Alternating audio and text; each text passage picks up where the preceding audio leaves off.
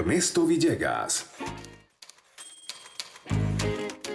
Muy buenas noches, amigas y amigos de toda Venezuela, América Latina y el mundo. Gracias por estar con nosotros. Hoy 19 de noviembre, día domingo y día de clausura de la 13ª Feria Internacional del Libro de Venezuela. Hoy estamos transmitiendo desde aquí, desde el Teatro Teresa Carreño, el lugar que fue epicentro de los 10 días en que estuvo abierta esta Feria Internacional del Libro de Venezuela, junto a los espacios de la UNEARTE, el Museo de Bellas Artes, el Museo de Ciencias, la Plaza de los Museos y el Eje del Buen Vivir. Han sido 10 días intensos donde decenas de miles de venezolanos y venezolanas se han zambullido en el libro, visitando distintos stands de editoriales públicas y privadas, de países amigos que han enviado a sus obras de la literatura para el disfrute de las venezolanas y venezolanos. También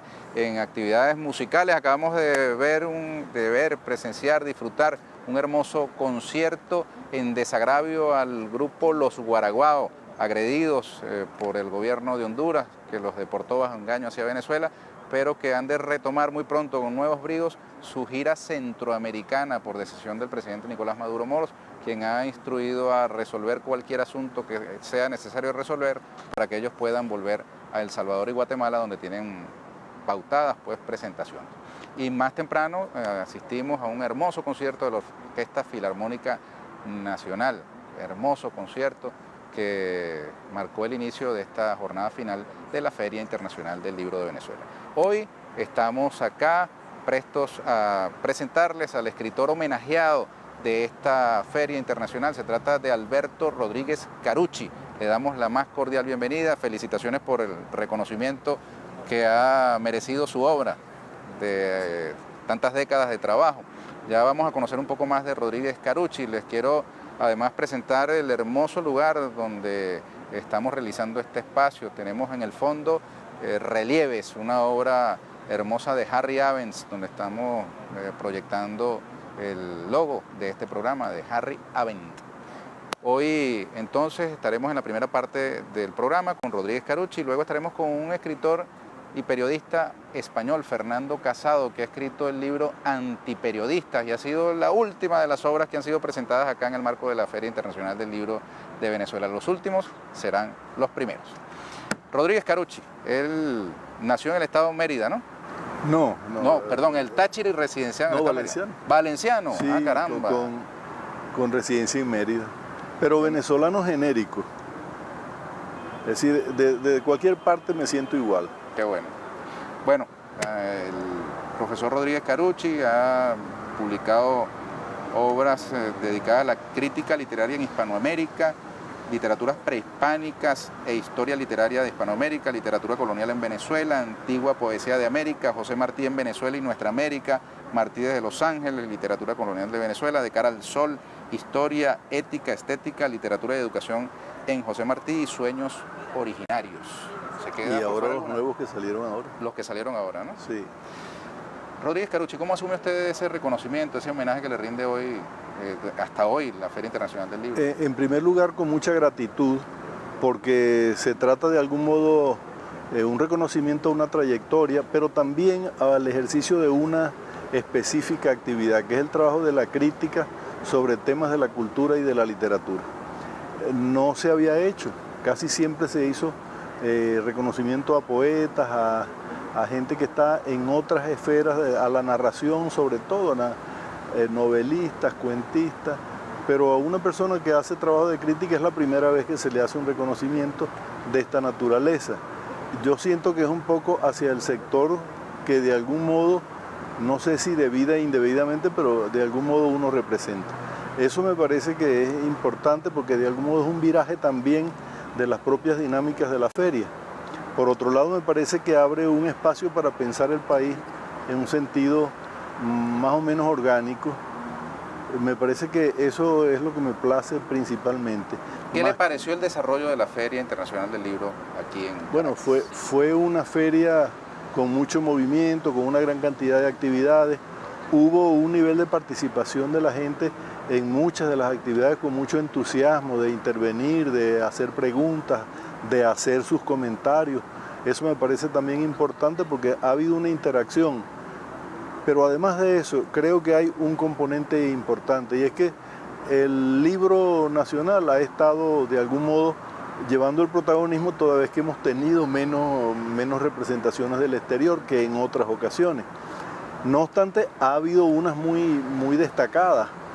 Yo creo que la participación, por ejemplo, de Rusia ofreció una alternativa que antes no habíamos conocido. Coincidente con el centenario de la Revolución de Octubre. Por supuesto. Por cierto, un hecho que en algún momento pensé que valía la pena resaltar lo que eran los ecos de ese proceso en la cultura latinoamericana. Un elemento que vale la pena retomar por ahí en lo que queda del año para la conmemoración de 1917. ¿Qué sentido tiene una Feria Internacional del Libro en Venezuela en las circunstancias económicas y políticas que está viviendo el país? Yo creo que en primera instancia tiene el sentido de propiciar un espacio de diálogo, de comunicación, de intercambio, de debate. Creo que eso en primera instancia, porque al fin y al cabo hemos tenido un año de muchas confrontaciones. Creo que por falta de eso que acabo de mencionar, de diálogo, de comunicación, porque hay sectores que se niegan a ello. Entonces, en este caso, yo creo que el ámbito de la cultura ofrece muchas más posibilidades, muchas veces, porque crea un espacio de cierta distensión y cierta naturalidad para el debate. Creo que el espacio de la cultura habría que potenciarlo en ese sentido. Hay quienes piensan que cultura es algo superfluo, secundario. Hay quien piensa que la cultura es espectáculo, solamente. Hay quien piensa que la cultura es una actividad que se hace en un espacio cerrado, nada más. Yo creo que la cultura, en un sentido antropológico, es mucho más que eso. Y me gusta utilizar una metáfora, que es la metáfora de ver la cultura como la piel de una sociedad. ¿Por qué? Pues la piel es el órgano más grande, es el que lleva la identidad de la huella digital y del rostro. Es también el más sensible. El más sensible porque es el que nos pone en contacto con el medio ambiente, ahí sentimos frío o calor, por ejemplo. Es el más íntimo porque ahí también está el eros de los seres humanos. Y junto con todo eso, es una protección de todo el organismo. Es como, efectivamente, un amigo médico me decía que además es la piel a través de un punto que se llama el ectodermo que conduce las órdenes del cerebro para todo lo que hacemos. En consecuencia, más o menos eso, en la metáfora que construyo, más o menos eso es la piel. Y más o menos eso es la cultura para la sociedad. Es identidad, es todo eso. Desde su condición de escritor, de crítico, ¿qué es Venezuela para usted? Si se obligara a definirla, ¿qué es Venezuela? Es una nación con un conjunto de componentes diversos, porque tiene una gran extensión, es diversa desde el punto de vista territorial, desde el punto de vista geográfico, y es diverso también desde el punto de vista cultural. Culturalmente tiene zonas muy distintas, que se articulan un poco a través de las leyes, pero quizás falta todavía mayor cohesión a través de la comprensión mutua de una región a la otra.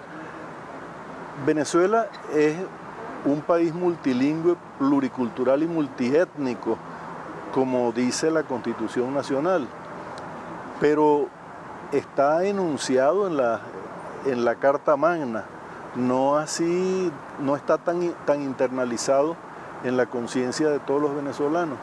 Creo que persisten muchos elementos, digamos, de discriminación a veces elementos de menosprecio hacia componentes de la cultura que no son semejantes a quien los está observando, por ejemplo, ¿no? Por ejemplo, sí. El hecho de su andinidad. Usted nació en Valencia, pero hace vida en los Andes. Bueno, esa andinidad, o si sea por adopción, tiene, digamos, rasgos distintivos con respecto a la gente que vivimos en Caracas, a los orientales, a los zulianos. Yo creo que sí. Tiene por ejemplo, reacciones ante el trato de las personas que son muy distintas las que se tienen acá o las que se tienen en los Andes. Lo digo esto porque yo pasé por el aprendizaje cuando fui a vivir a Mérida. Fue un choque cultural muy grande. Por supuesto, y tuve que ir aprendiendo para adaptarme. Entonces, de algún modo tengo que ser como cuando se trata de un país a otro. De modo que es como ser bilingüe y manejarse en escenarios diversos. Eso lo que quiere decir es que el plano de intercambio y comunicación tiene que incrementarse, pero sobre la base de un proceso de comprensión de las diferencias y de aceptación de las mismas. Le hago todas esas preguntas sobre la identidad o las identidades de Venezuela porque conozco de su preocupación por comprender en detalle, con mayor propiedad, ese fenómeno de las identidades, sí, de la fachada amazónica, la fachada andina, la fachada zuliana, y que tiene expresión caribeña, que tiene expresión además en realidades políticas. Para nadie es un secreto que ha habido un resultado electoral en las más recientes elecciones del 15 de octubre que colocó al Táchira y a Mérida en manos de la oposición. En el Zulia se va a volver a dirimir, pero en aquella elección resultó electo un gobernador de Acción Democrática, sí. Y muchos pensaron en la Media Luna como un posible escenario de avivamiento, de algún atavismo independentista o de desintegración de la integridad territorial de Venezuela, valga la expresión. Bueno, en relación con eso, yo creo que sí, que ha habido esas perspectivas en algunos sectores. No más mirar lo que sucedió en 2014, en ese año corrieron hasta documentos y manifiestos que enunciaban esa voluntad de separatismo. Pero creo que en la región hay un conjunto de arraigos en la condición venezolana que son muy importantes y que sencillamente hay que observarlos en sus especificidades. Eso me parece. Me parece también que esa es una región que es muy porosa, porque es zona de frontera y tiene una influencia de algunos sectores de países vecinos que tienden a avivar esas circunstancias. Pero Colombia también, sí, y hay también una acción muy viva, muy dinámica de narcotráfico, paramilitarismo, etcétera. Y de penetración cultural explícita, ¿no? Y en ese aspecto me iba a referir a eso. Esa penetración es muy antigua, Yo creo que eso no es que haya que negarlo, sino que hay que hacerle un tratamiento adecuado para que no sustituya rasgos de la cultura de la región, por ejemplo, no las reemplace, no las anule.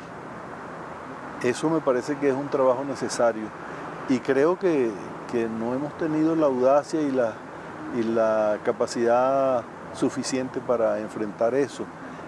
Como digo eso, puedo decirlo también con respecto a otras zonas.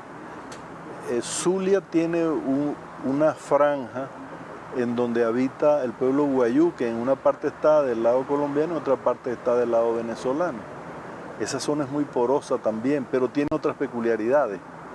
Tiene diferencias lingüísticas, tiene diferencias en los modos de organización societaria, tiene diferencias en el aspecto de las manifestaciones culturales, tiene unas identidades que tienen una gran antigüedad porque son pueblos originarios. En fin, todo eso merece una atención también diferenciada, no sería igual que la de la región andina. Y me parece que lo mismo podrá suceder en la zona que nos vincula territorialmente o nos conecta territorialmente con Guyana o con Brasil. Entonces son elementos muy importantes. Venezuela, país caribeño, andino y amazónico, tiene que tener orientaciones en lo cultural que atiendan las especificidades de todo eso. Y tenemos que tener especialistas que se ocupen de esos aspectos también, porque esos son los que van a contribuir a que tengamos desarrollos en las políticas culturales, desarrollos en lo que se refiere a la educación en esas regiones y aportes más pertinentes quizá para solidificar más nuestras gestiones de relaciones internacionales, por ejemplo. Este concierto que acabamos de ver hace minutos de los Guaraguao fue en desagravio al grupo Los Guaraguao, devuelto, deportado hacia Venezuela por las autoridades de Honduras. Sí. ¿Por qué un grupo musical con los contenidos que suele cantar es visto de esa manera y devuelto por un gobierno como el de Honduras? No me lo responda ahora, sino al regreso de la siguiente pausa, cuando vendremos con Alberto Rodríguez Carucci. Él es el escritor homenajeado en la 13ª edición de la Feria Internacional del Libro de Venezuela. Después estaremos con Fernando Casado, periodista español, autor del libro Antiperiodistas. Ya venimos.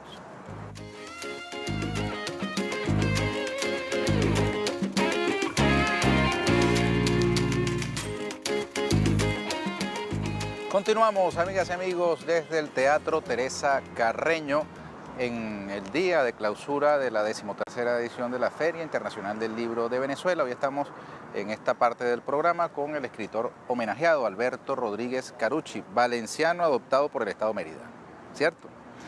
Venezolano genérico. Venezolano. Mire, pero le preguntaba, ¿por qué en su criterio fueron deportados los Guaraguao? Un grupo que tiene 45 años cantando, que es muy apreciado en Venezuela y en Centroamérica, sí. Y un gobierno como el de Honduras deporta a un grupo como ese. ¿Por qué en su criterio ocurre eso? A veces hay malestares con la cultura, a veces por desconocimiento, otras veces por simple dogmatismo de alguna perspectiva. En este caso yo creo que lo que ha sucedido es que hacen música que tiene que ver con las raíces populares venezolanas, hacen música que tiene que ver con los reclamos sociales, hacen música que describe o toca situaciones coyunturales y hacen música que revela las expectativas y los deseos a futuro de nuestros pueblos. Y eso hay mucha gente que lo ve con mucho temor, porque ve que eso o despierta conciencia, por un lado, o anima comportamientos, acciones. Y por esa vía sienten que eso es un mecanismo de intervención, de agresión en las realidades de países que actúan así como Honduras, ¿no? Creo que eso es sencillamente un elemento que revela lo que puede ser la cultura, o un mecanismo para el adormecimiento, o un mecanismo para la comunicación y la incentivación de las inquietudes de los pueblos. Cabe una precisión, no es un país, es un gobierno, ¿no? En el caso de Honduras. Es un gobierno, sí, sin duda, sin duda. Profesa afecto, sí, cariño a este grupo. Sin duda, sin duda. Hay un escritor, hoy presentábamos un libro de un amigo que es en Machado. Presentábamos el libro que se llama El Rey de los Pobres. Ese libro tiene un trasunto, un equivalente de algún modo en un gran poeta hondureño que se llamó Roberto Sosa y que se llama directamente Los Pobres. También Roberto Sosa fue objeto de persecuciones y sanciones por otros gobiernos de su país. Usted habla de los pobres. Sí. Y Venezuela en este momento está siendo objeto justamente de un ataque que busca el empobrecimiento generalizado de la población. Vemos cómo sistemáticamente se ha ido socavando, menoscabando la capacidad adquisitiva del bolívar. Hay unos mecanismos desde la página web visible que lo marca hasta otros mecanismos financieros de persecución y de, digamos, ahogo económico que se ha tendido contra el país. Usted como escritor, como intelectual, ¿cómo ve ese fenómeno y las posibilidades que Venezuela tiene de enfrentar airosa esa situación? Yo creo que Venezuela la respuesta la puede dar fundamentalmente a través de mecanismos de organización y movilización. Es uno de los elementos. Organización en todos los órdenes. Organización en los aparatos financieros, en los aparatos productivos, en los aparatos culturales. Organización en los aparatos informativos. Organización en todos los órdenes. Planificación y organización para la coyuntura que vivimos. Yo creo que eso unido al nivel de relaciones internacionales que el país ha ido orientando, puede cooperar de una manera importante en la superación de la situación que tenemos. ¿Cómo afecta esa situación la labor del escritor? De muchas maneras, porque por ejemplo, toda esta circunstancia ha encarecido muy altamente los instrumentos con los que trabaja un escritor. Una computadora, una impresora, el papel, todo eso ha pasado a tener precios astronómicos que no siempre están al alcance de quien se ocupa de estas labores.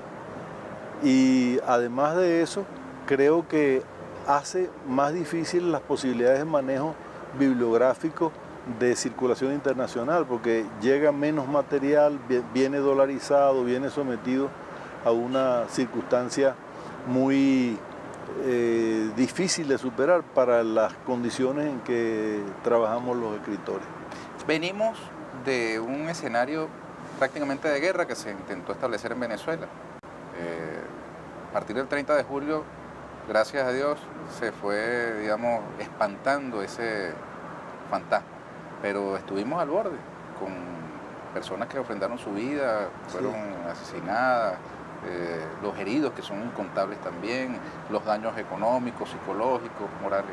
¿Cómo recoge, digamos, desde la escritura, desde la literatura, Venezuela ese momento?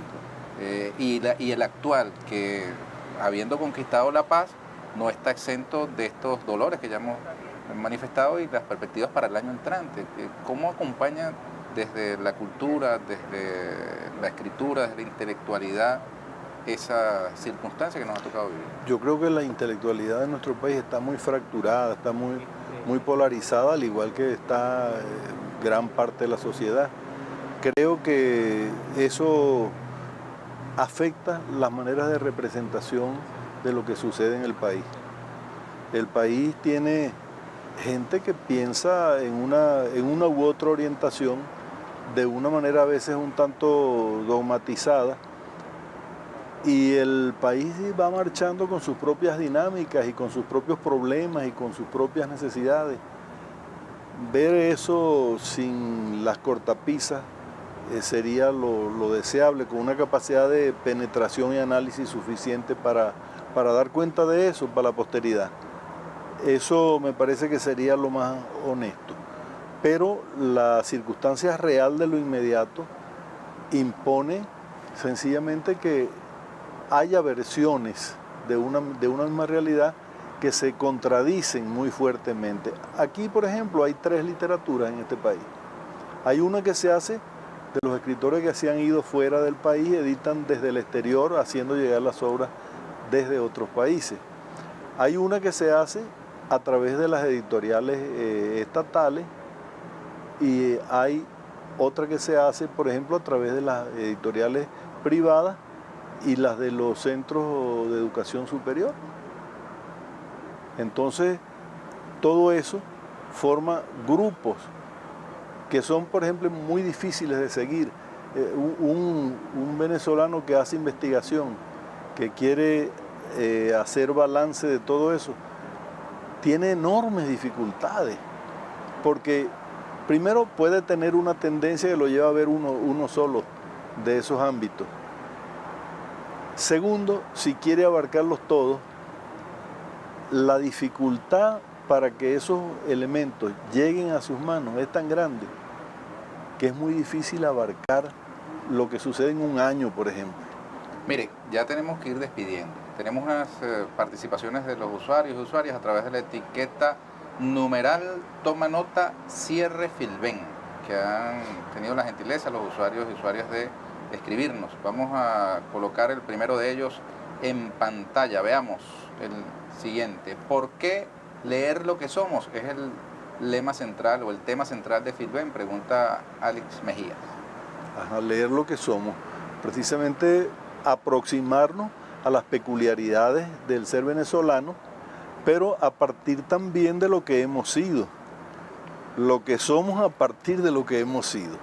Yo creo que es muy importante incorporar ese elemento histórico, porque si no tenemos una perspectiva puramente ontológica y eso no es suficiente. Yo creo que la memoria, la historia de la sociedad son elementos muy importantes para entender lo que somos. Leer lo que somos es tener la amplitud suficiente para ver la diversidad de problemas que tenemos delante y tratar de hacer balance de ellos en función de resolverlo. Leer lo que somos y somos lo que leemos. Leamos el siguiente tuit a través de la etiqueta Toma Nota Cierre Filben. Pregunta esta persona que no le sé leer el nombre, ¿qué autores recomienda? Hay muchos. Aquí en este país tenemos una gran cantidad de escritores de muy buena calidad. Yo no sé si pregunta en relación con los venezolanos. El mejor de todos. Yo creo que en el momento inmediato Brito García es una figura muy importante. El mejor de todos los tiempos. De todos los tiempos. Esa pregunta es más difícil porque habría que pensar que si hay quien dice que Gallegos, Andrés Eloy Blanco, si piensa en los clásicos venezolanos, pero se podría pensar en otros escritores que son más recientes en nuestro país. Yo creo que Salvador Garmendia fue un gran escritor del país y dio cuenta de las cosas problemáticas de esta tierra. Latinoamericano. García Márquez, uno muy grande que alcanza el premio Nobel, Octavio Paz, para ver otro con otro. Usted que es escritor, ¿cómo se puede ser un personaje con esa extraordinaria pluma como es Vargas Llosa y al mismo tiempo ser un político de su calaña? Bueno, eso es una cosa que tiene que ver con una situación de conciencia que puede ser, por un lado, vista desde la perspectiva de los intereses que él tiene en otro plano, o vista desde el punto de vista de los intereses que tiene desde el punto de vista cultural. ¿Cuál es el peor libro que usted se ha leído? Decía José Martí que cuando uno ha leído un libro que no le gusta, de ese no se habla, porque la crítica es un trabajo de conciencia, pero en función de promover lo que vale la pena. Entonces no va a mencionarlo. No. Ah, pero sí lo tiene en mente. ¿Qué libro no recomendaría? La misma respuesta. ¿Y qué libro recomendaría ahora? En lo inmediato. No un autor, sino un libro. Ese libro que acaba de publicar Vladimir Acosta. El monstruo y sus entrañas. Por un ejemplo, estudio crítico de la sociedad estadounidense. Es un libro muy importante, sin duda, ¿no? Creo que es una contribución que va a quedar para el estudio de esa sociedad. Mire, ¿y qué libro puede ser útil para un venezolano que nos esté viendo en este momento como herramienta para mejor enfrentar las circunstancias en las que estamos en Venezuela ahora? La feria ofreció muchos títulos que yo no alcancé a ver todos, ¿no? Y por supuesto no tengo todavía el tiempo suficiente para leerlos y tener una visión crítica de eso, ¿no? Hubo muchos trabajos, pero hay uno que a mí me llamó la atención porque ese sí que lo he conocido a través de los borradores de su autor. Un libro que se llama Luces y Sombras, Iglesia, Estado y Poder en Venezuela, que es de un autor que se llama Antonio Rangel Cáceres. Muy bien. ¿Y qué libro le gustaría escribir, ya para terminar? Bueno, seguir en la línea de estudios sobre la diversidad cultural venezolana es lo que voy haciendo. Esperamos poder tener dentro de poco un libro que se llamaría, tentativamente ese es el título que le tengo, La otra literatura venezolana. Hay muchos olvidados que es preciso recordar. Muy bien. Le agradezco, Rodríguez Carucci. Muchas gracias. Mucho éxito, ¿eh? Encantado. Felicidades. Amigas y amigos, no se retiren porque en pocos minutos estaremos de vuelta aquí desde el Teatro Teresa Carreño con Fernando Casado. Él es periodista español y ha escrito un libro llamado Antiperiodistas. Ya venimos.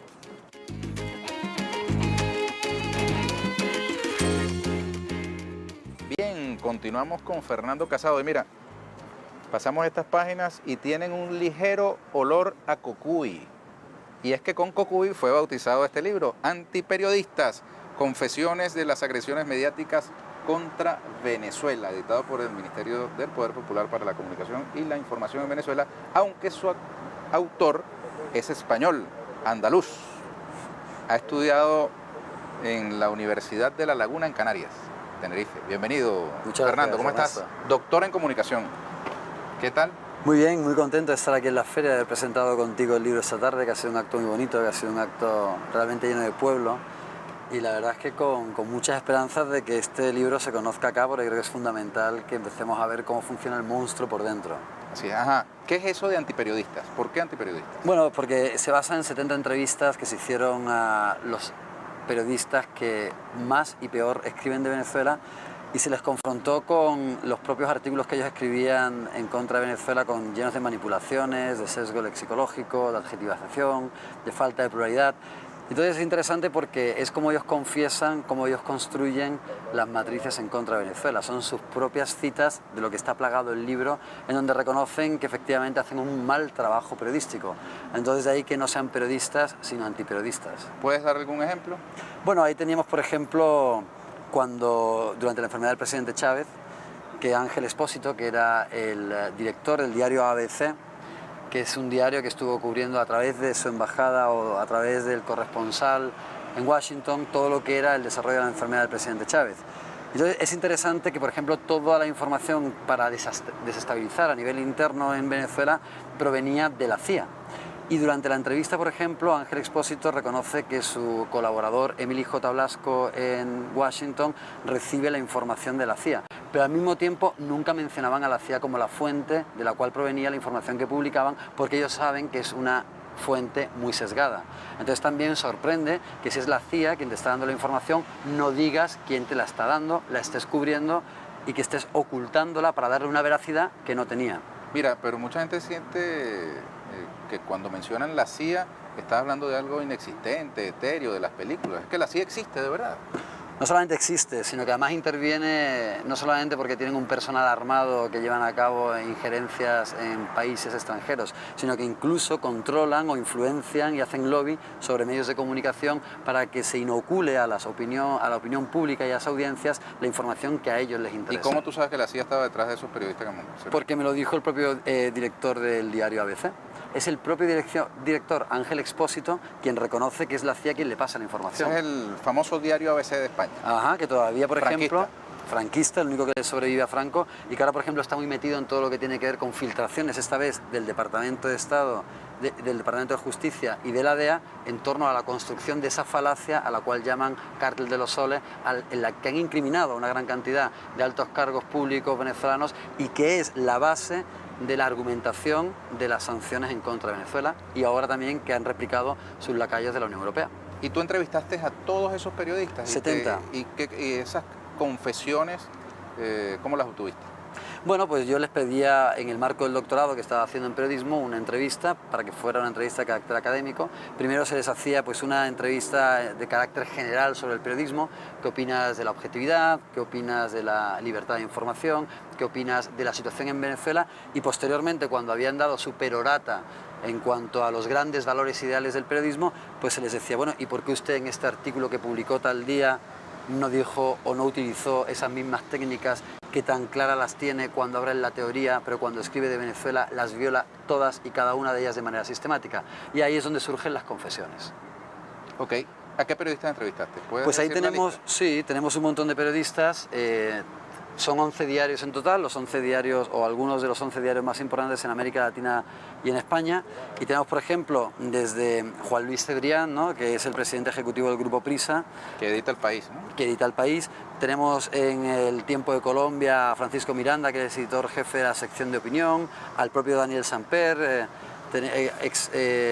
hermano del expresidente Samper, Marcelo Cantelmi, del Clarín de Argentina, que es el editor de la sección internacional.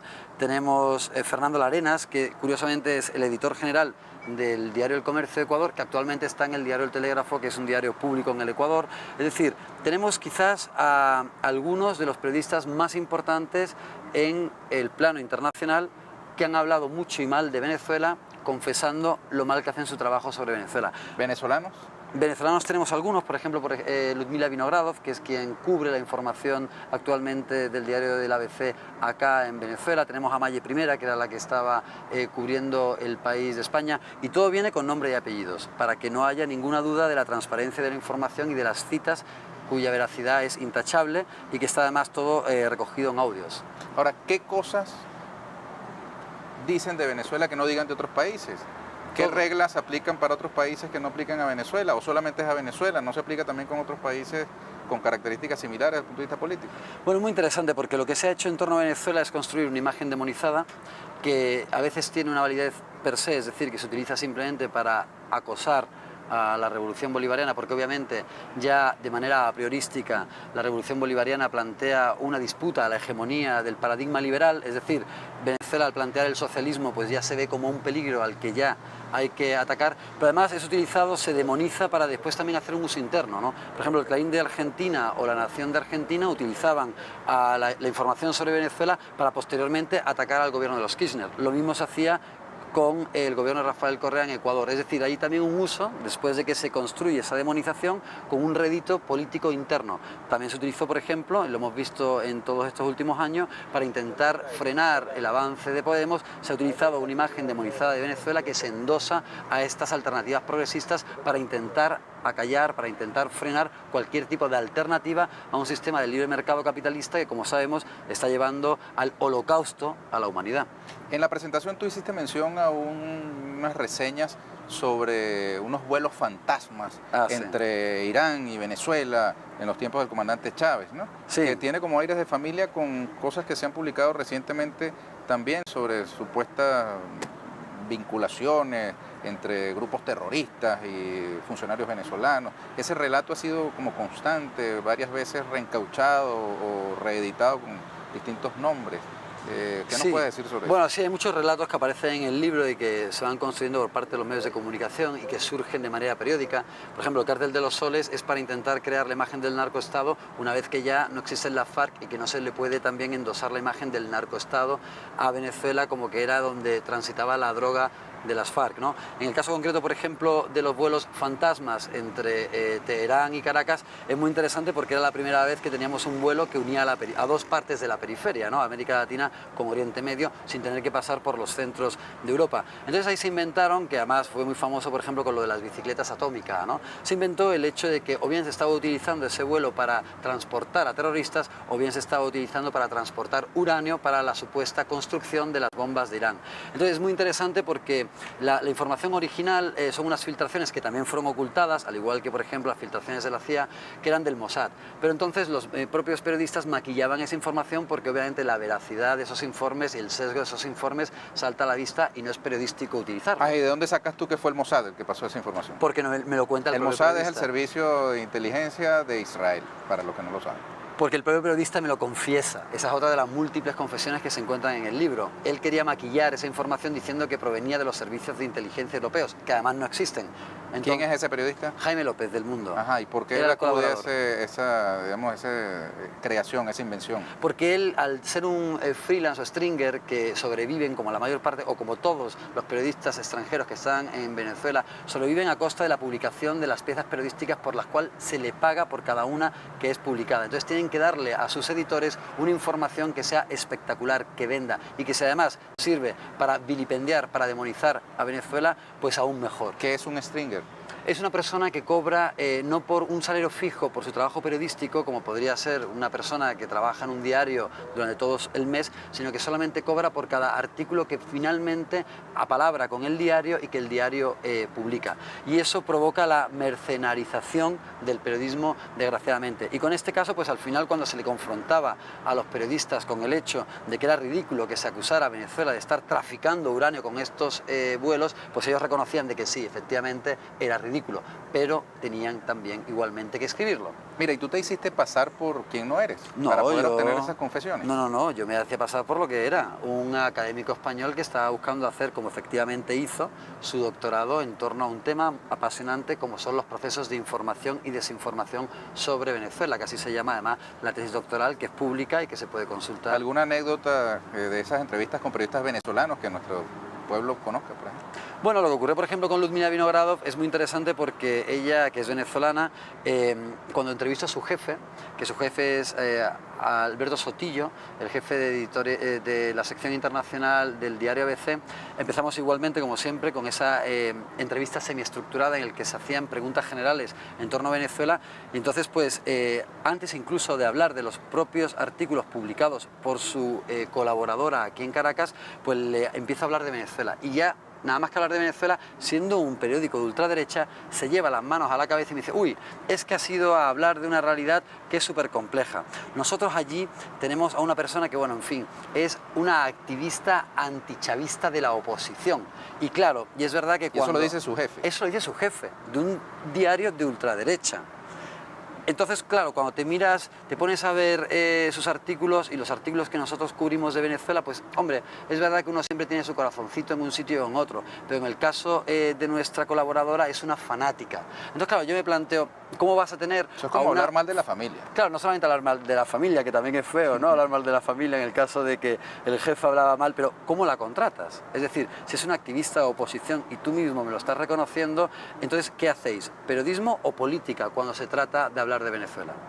Bien, Fernando, ¿y qué sentido tiene este libro? Yo creo que es importante porque es la primera vez que se utiliza una metodología como la que aparece acá, es decir, es la primera vez, hemos encontrado muchos análisis sobre piezas periodísticas manipuladas, pero creo que es la primera vez que se confronta al autor de esa nota con su propia nota para ver cuál es la reacción. ¿Tú tienes pruebas de todas esas confrontaciones? Todos son más de 100 horas de audios grabados que tengo. Eso da para una película. Esto es un guión para un documental, que podríamos pensarlo, Ernesto. Bueno, aprobado, si es por mí. Pues listo. Mira, pero fíjate, es interesante porque tú estás, digamos, poniendo en entredicho buena parte de las matrices de lo que ahora llaman el relato internacional sobre Venezuela. Ahora, ese relato, esas matrices han echado raíces y hay gente que en el mundo entero opina sobre Venezuela como si fuese venezolano, como si su realidad fuera la de acá. O saben más de Venezuela que de sus propios países en algunas ocasiones. Recientemente hubo una muy polémica entrevista entre el periodista español Jordi Évole y el presidente Nicolás Maduro. Ajá. ¿Tú la viste? Pude ver algunos fragmentos. Ajá, ¿y qué te pareció? Bueno, creo que Jordi es un buen entrevistador cuando se trata de hablar de la realidad interna española, pero después hay una serie de estereotipos que yo acusaría de eurocéntricos que él transporta a la entrevista. Él no se documenta bien, él normalmente se documenta, pero no se documentó bien o con la riqueza que tiene la realidad venezolana. Pero ¿cómo no se documentó bien si presentó unos videos de unas personas allí? Bueno, pues porque aquí hay varios relatos... un paquete de billetes de 100 bolívares. Claro, ¿eso qué es? Eso es espectáculo, eso que es un showcito para la televisión. Pero realmente... Ya lo había hecho Amanpour con el presidente Chávez, hacía unos años atrás, ¿no? O sea, que encima no fue ni original. Pago de billetes. No fue ni original. Pero bueno, creo que habría que haber tomado una mayor cantidad de información sobre el lado nuestro, ¿no? El lado distinto, contrahegemónico, porque si no lo que haces es reproducir un pensamiento único afianzado por esa matriz de opinión deformada, continuamente bombardeada a la opinión pública y la vuelves a alimentar y a tratar de consolidarla. Y uno que sea o que se trate de erigir como un buen periodista debería de tomar todas las distintas visiones y enfoques sobre la realidad para poder contrastarla y para poder también presentársela al presidente Nicolás Maduro. Ahora, en honor a la verdad, Jordi dio una entrevista a una periodista venezolana que también, digamos, es notoriamente antichavista o crítica del gobierno bolivariano. Y, digamos, ella esperaba respuestas mucho más, digamos, alineadas con su forma de ver la realidad venezolana y él las toreó bastante bien, dejó en claro que no opina que aquí existe una dictadura, por ejemplo. Claro, eso ocurre también en el libro, ¿no? Cuando tú sacas al periodista de lo que es el estereotipo al cual él normalmente siempre acude para escribir la información sobre Venezuela, se pierden, dudan, los ves como de alguna forma se vuelven menos sólidos en sus respuestas, titubean, porque normalmente piensan que al final ellos se creen incluso sus propias mentiras, ¿no? De tanto repetirlas. Entonces eso ocurre mucho con los periodistas, cuando les sacas de su, que ocurre en el libro, ¿no? Si les sacas de su zona de confort, de repente se pierden, y es ahí donde vienen las confesiones, porque se dan cuenta de que lo que están haciendo no es periodista, es otra cosa. Ahora, tú estabas hablando de unas categorías que para el, digamos, el público en general pueden ser como enigmáticas. Tú dices que hay unos corresponsales que son stringer, ¿no? Ajá. Que son freelance, trabajadores a destajo, ¿no? Ajá. Que cobran por día, por nota, ¿no? Ajá. Ni siquiera por día, por nota publicada. Nota publicada. Hay una diferencia entre la cobertura que da un periodista en esa condición y el periodista que es de la plantilla, del staff, llamémoslo así, de la nómina estable de un periódico? Sí, yo creo que sí, porque uno de los baluartes también del periodismo debe ser la autonomía, la falta de dependencia, la independencia a la hora de hacer su trabajo.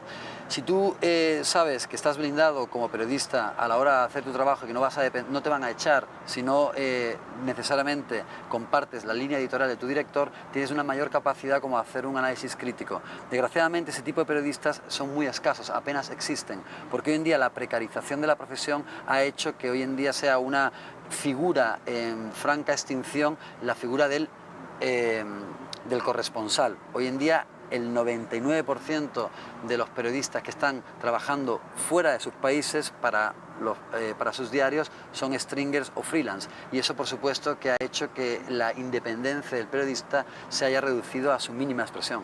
Y esa independencia no está, digamos, garantizada por otras cosas que no sea la remuneración. No se supone que los periodistas van a una universidad y aprenden unos principios éticos y tienen un compromiso con algunos valores y principios que van más allá del pago.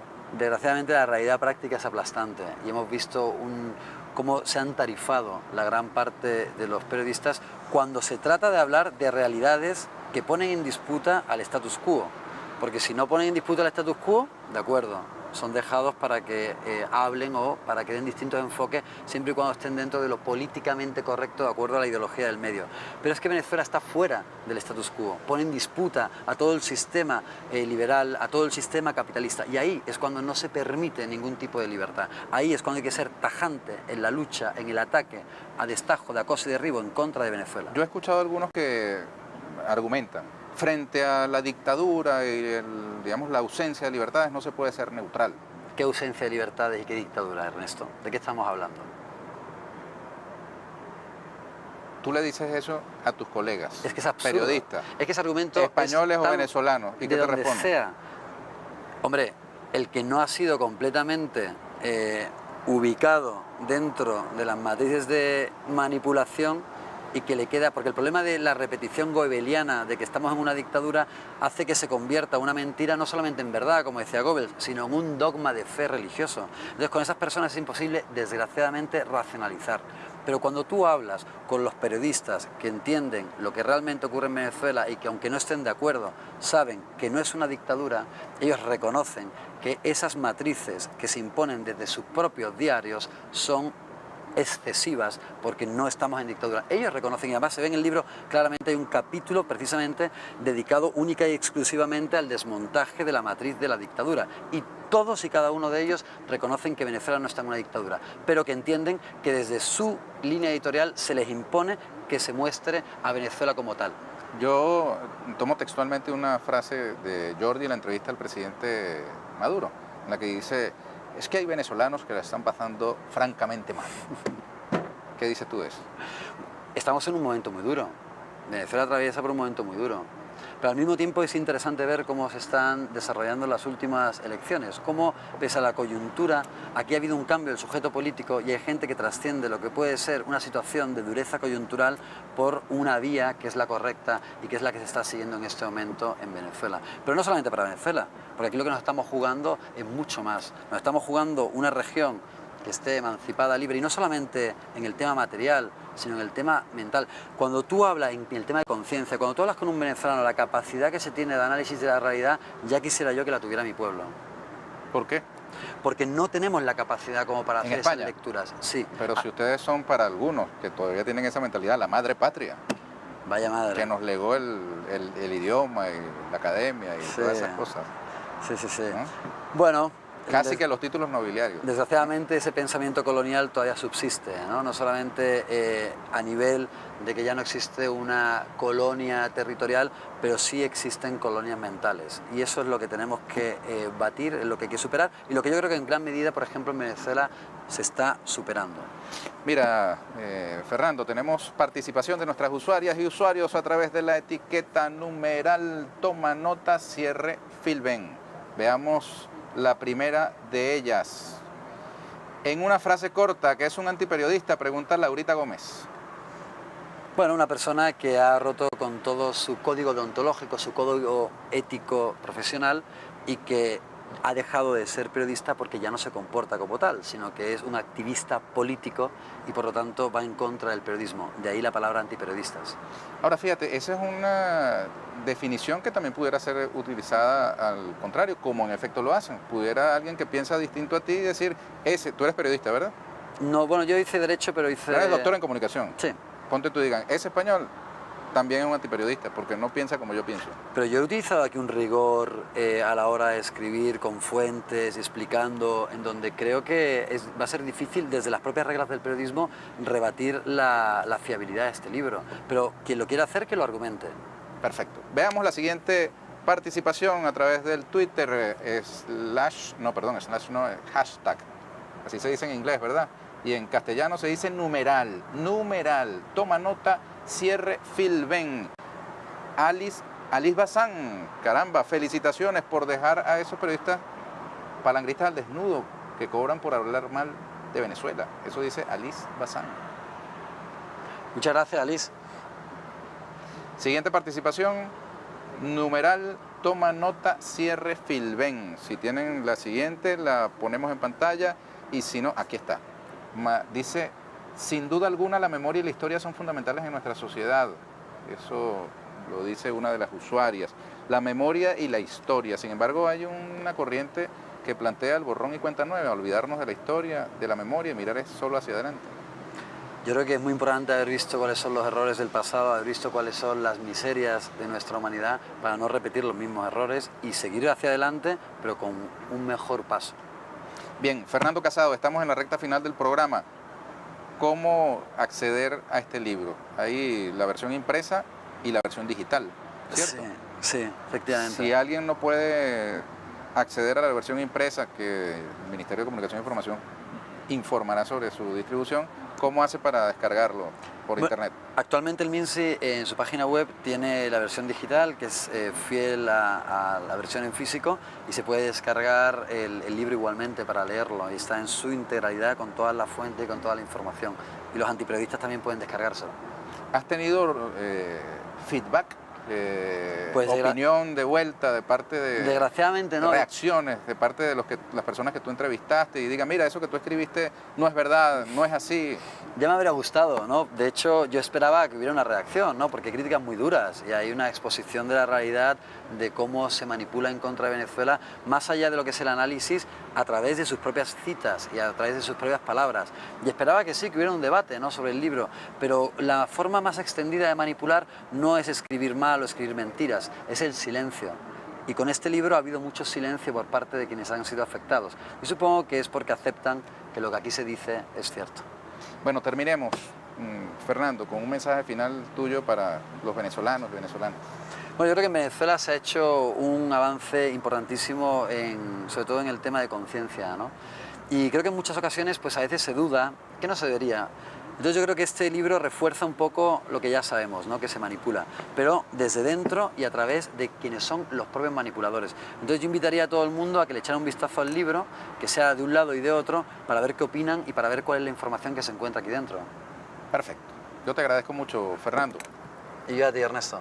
Mucho éxito. Ya llegamos al final del programa. Nos faltó hablar sobre la política española, chicos, que le dedican tanto en la televisión española a Venezuela y nosotros realmente poco a la política interna en España. ¿Qué va a pasar ahí en tu país de origen? 30 segundos. Van a pasar un montón de cosas, ¿no? Yo espero que de nuevo, que frente a toda esta convulsión y frente a la bandera que trata, esa rancia bandera del patrioterismo que está intentando levantar Rajoy, la gente no se lo permite y que se hable de lo que realmente importa, ¿no?, que es el desmantelamiento del estado de bienestar, la reducción de los derechos sociales y la violación de los derechos en general. Eso es lo que los españoles tienen que discutir en este momento. Mire, ¿Cataluña?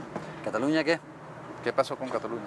¿Qué va a pasar con Cataluña? Yo no sé, yo la verdad es que yo soy andaluz y la verdad es que me da mucha pena porque yo creo que estas cosas son más bien un tema de clases, no de nueva creación de fronteras. Entonces yo lo que diría es que todos los que tenemos sensibilidad social nos unamos para ir en contra de quienes ejercen el poder y no crear una nueva frontera. ¿Para qué? Mira lo que pasó con la Gran Colombia, qué locura. Mira, ¿y qué reacción conoces tú habido en España la entrevista con el presidente Nicolás Maduro? No lo sé, no lo sé, pero me gustaría verlo, porque, bueno, conozco a mi madre, pero mi madre es muy roja, ¿no? Entonces dijo que Maduro estuvo espectacular, pero claro, ella tiene tal sesgo que yo, por supuesto, que la creo y la comparto, ¿no? Pero me gustaría escuchar otras opiniones, pero mi madre, encantadísima con la entrevista. Muy bien, ¿y Rajoy se sometería a una entrevista así como esa? Sí. Así, sí lúgubre y de ese nivel de... Bueno, lúgubre no, no, lúgubre no. Probablemente, a ver lo que haría, pero probablemente impactaría muchas cosas en la entrevista, probablemente, no lo sé. Bueno, te agradezco, Y yo Fernando. también. Gracias. Y les agradezco a ustedes, amigas y amigos, por habernos acompañado hasta esta hora. Hoy día domingo, los esperamos dentro de una semana a las 9 de la noche en una nueva emisión de Toma Nota Venezuela. Con este servidor Ernesto Villegas, siempre con muchísimo respeto por ustedes. Hasta la próxima.